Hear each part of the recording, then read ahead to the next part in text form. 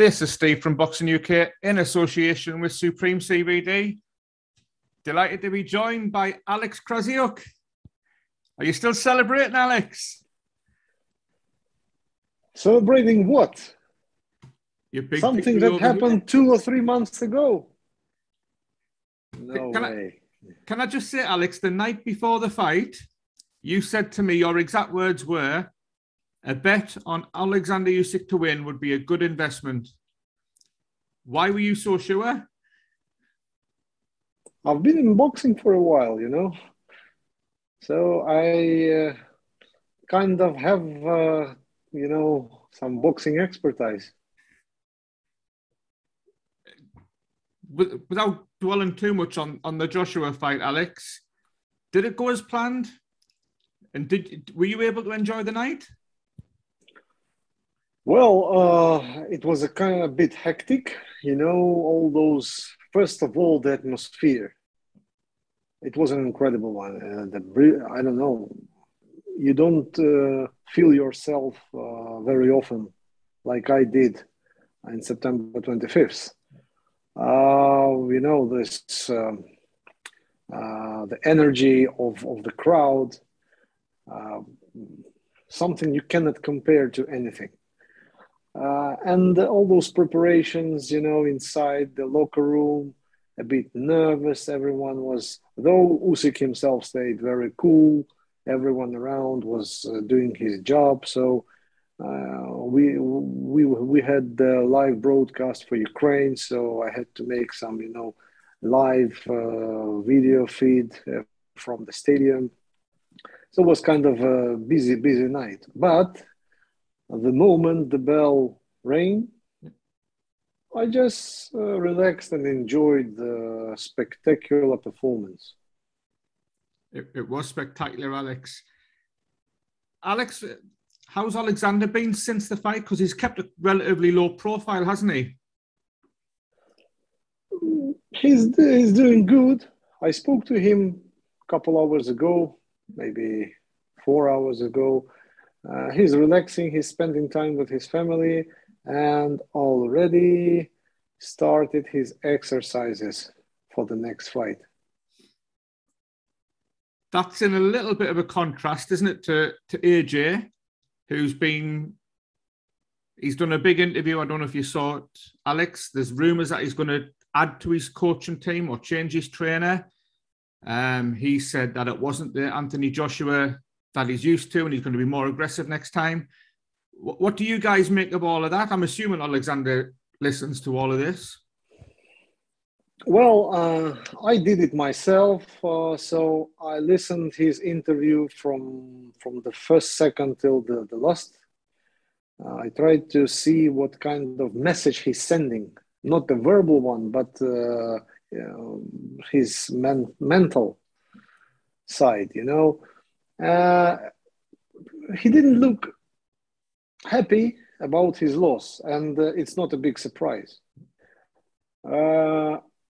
He was a bit upset because, as he admitted himself, that was his actually first real loss, because he didn't lose by chance or by lucky punch. He lost in strategy. He lost in boxing science due to lack of knowledge, due to lack of expertise from his corner. And when Kugan asked him why, what was the reason, he didn't answer. He just directed this question to his cornerman. What I see is that it's kind of, he needs to find some explanation for himself why this loss took place, why it happened. And in order to make to adjust himself, to correct the mistakes that he made, to be stronger in the rematch. He mentioned that he's looking for a new trainer. Well, he didn't say actually he's looking for a new trainer, but what he did say was that he was trying to find someone to bring some fresh ideas, some fresh air to his camp. which might be smart from one side and might, break the focus according to what I realized from his interview. But at the end of the day, he is the one to make the decision. He is the one to know what is better for him. I know it's a daft question to ask, Alex, because I know what your answer is going to be. But can AJ make any adjustments that could beat Oleksandr Usyk? I think so. He's a strong guy. He's not just someone who is losing because he's too old or too heavy or had an injury that he didn't recover from. There is a good saying that your biggest rival is yourself. So, and this rivalry can be won not in the ring, not in the gym, but here and here. So this is the psychology. This is the mentality. This is a matter of the mindset. And if you are aware of how to exercise yourself, your mind, how to put yourself together to focus on your objective, then you can do. It's a matter of one punch. You have 12 rounds, one punch can decide the whole fight. First round or the last round, doesn't matter. But the question is, how can you find the solution to land that punch? That is the question. I think that is the biggest challenge for AJ now, to understand what should be adjusted on his side to lead the fight in the proper manner, in the way he wants, not his opponent. Obviously, AJ will get this chance, Alex. Eddie's been telling the British media that he needed to speak to you. Have you had a chat yet? Any preliminary talks? Yeah, we are in touch. We spoke probably yesterday or day before yesterday, before he left the United States. And we agreed to finally meet each other at the beginning of December when he's back from his US trip for a couple of fights. We have some offers on the table. We have some things to discuss. And we still have time to decide. Guys are in training camps, and I don't think there's a big difference for AJ and for Usyk, the location where the fight is going to take place.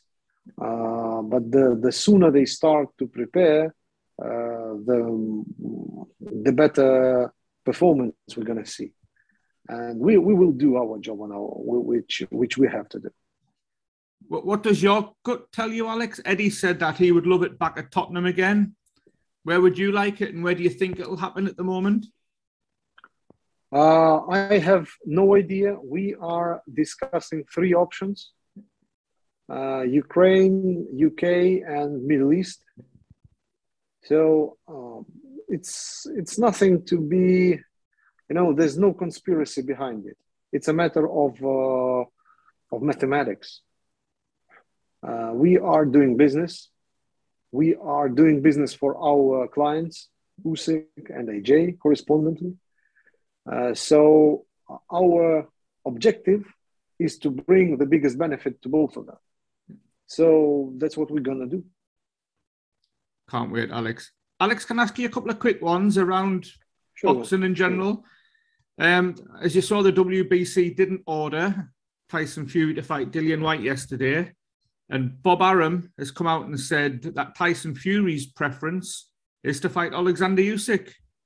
Just your thoughts on that, and do you think we'll ever see that fight?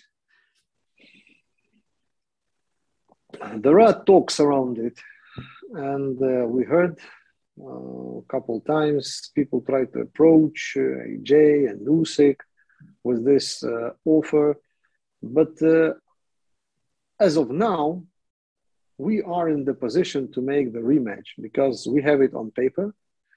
We gave our word. We signed our word.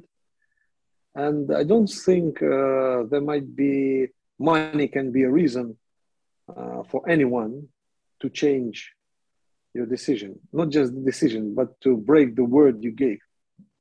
And it's not very common for us. That's why we have a rematch in focus at this stage. Is it a fight that Oleksandr would like, do you think, Alex? Yeah. The position that I'm telling you now is our common position.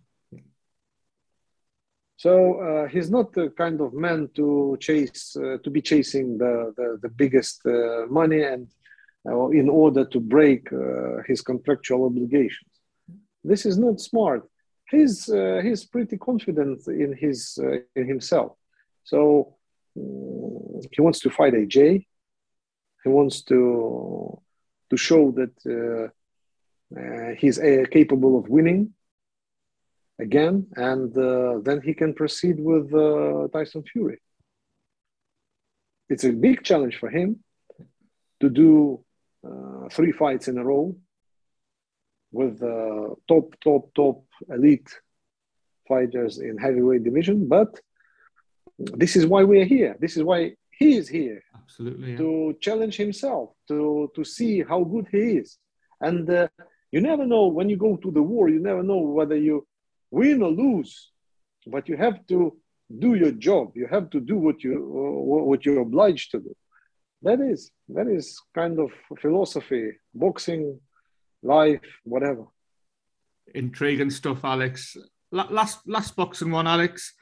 Canelo moving up to cruiserweight to fight Ilunga Makabu. There's already some speculation. Do you think we'll ever see Canelo at heavyweight? Why not? We've seen James Toney. We've seen Roy Jones Jr. I don't see any big obstacles for him not to come up with a heavyweight challenge. He's a strong guy, and he proved himself in 154, in light middleweight, in middleweight, in super middleweight, in light heavyweight. Now he will challenge the cruiserweight, and who knows? He's still young. He's still young boxer, though he has more than 50 fights behind him. But he's a young guy. He's like 30 something. I think that can be an intriguing stuff, really. To see the guy from light heavy or from light middle come up with heavyweight can be really interesting. Canelo v Usyk would be some fight, Alex, wouldn't it? My word. Yeah, but just imagine if Canelo fights, let's say, Tyson Fury. Can you imagine it? Goodness me. We've talked about size difference before, Alex. That would be some size difference, wouldn't it? Absolutely. Which can be even an advantage to the smaller guy. You never know. Indeed. Alex, can I end with you? A lot of fighters who come over to our shows don't get the best rub from the British media, and certainly the teams don't. But when you come over, whether you've come over with Lomachenko, whether you've come over with Oleksandr, you're quite universally loved over in the UK. Do you feel that? Well, I'm not like a big, a big follower of UK media. But sometimes when the interviews are released, I look through the comments and I see that people treat my words well. The things that I say are not politics. It comes from the bottom of my heart. You ask me a question sincerely, and I give you an answer sincerely. So there's no secret about it. There is some kind of information that cannot be disclosed. Yeah, of course. But you ask me what are my thoughts, what are my predictions, it doesn't mean I'm always right. It means that I sincerely tell what I think. Well said. And Alex, on a personal level, every time I've spoke to you, every time I've sent you a message, you've replied, you've always obliged. So I just wanted to thank you as well. You're a top man. Alex Krassyuk, we can't wait to see you again soon, mate. Look after yourself. Take care. You take care too, Alex. All the best.